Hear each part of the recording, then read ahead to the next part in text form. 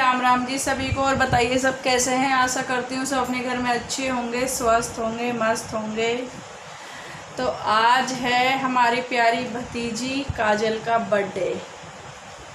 तो वो मेरा ब्लॉग डेली देखती है, तो उसके लिए काजल बेटा हैप्पी बर्थडे टू यू। हमेशा खुश रहो, हमेशा हंसती मुस्कुराती रहो। मैं तो उस लड़की को डर की वजह से कॉल भी नहीं किया लोगों की, क्योंकि ये लगता है बस घर में कलेश ना हो।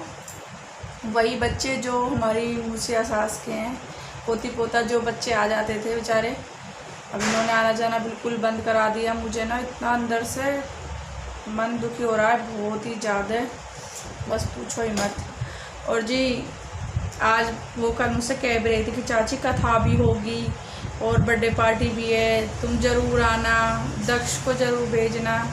मैंने कहा बेटा मैं आ भी जाऊं, चलो दक्ष को भी भेज दूंगी मैं, पर कलेश हो उससे क्या फ़ायदा, ऐसे ही ठीक है अब हम।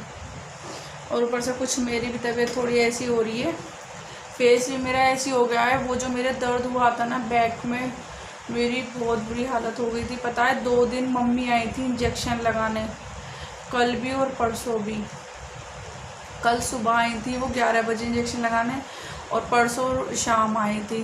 बहुत बुरी हालत हो गई थी मेरी, मतलब पेन इतना था मैं बता नहीं सकती, बिल्कुल दम निकलने को हो गया। बेचारे ने गोली भी ऐसी बताई, बस पूछो ही मत, इतना आराम मिला सच में। भगवान उनकी लंबी उम्र हो, उन्हें खूब खुश रखे, हमारे पापा की खूब तरक्की हो।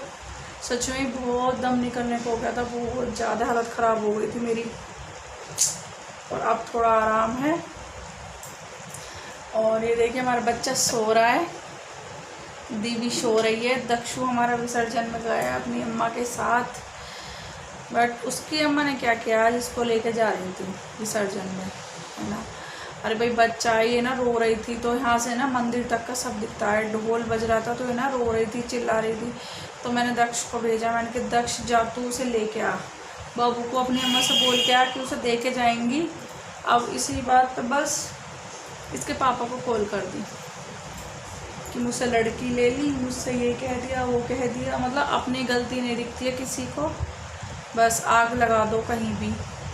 इनकी आग लगाई हुई तो है जो अब तक ठीक नहीं हो रही हैं, है ना। वो बच्चे बेचारे, उनका आना बंद हो गया, उनकी क्या गलती है उन बच्चों की, हैं।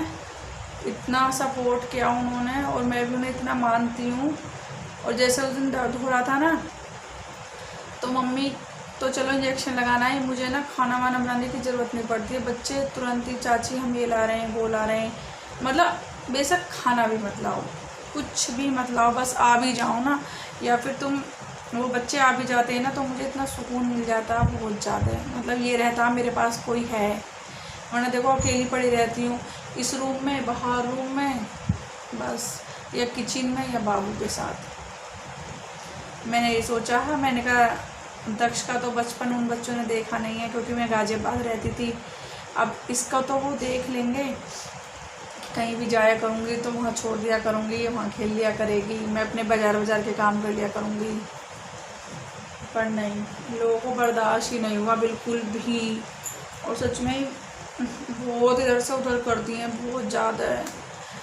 अब ये लगा लो आप, ऊपर है ना किचन में, मतलब दीवार से पानी आ रहा है, तो उसकी वजह से लाइट नहीं जल रही है। तो वो कनेक्शन वाला बोल रहा है कि जब तक लाइट ठीक नहीं होगी, जब तक ये बारिश बंद नहीं होगी, क्योंकि दीवार में और वैसे भी करंट आ जाएगा ना, तो करंट लगने की डर है सबका।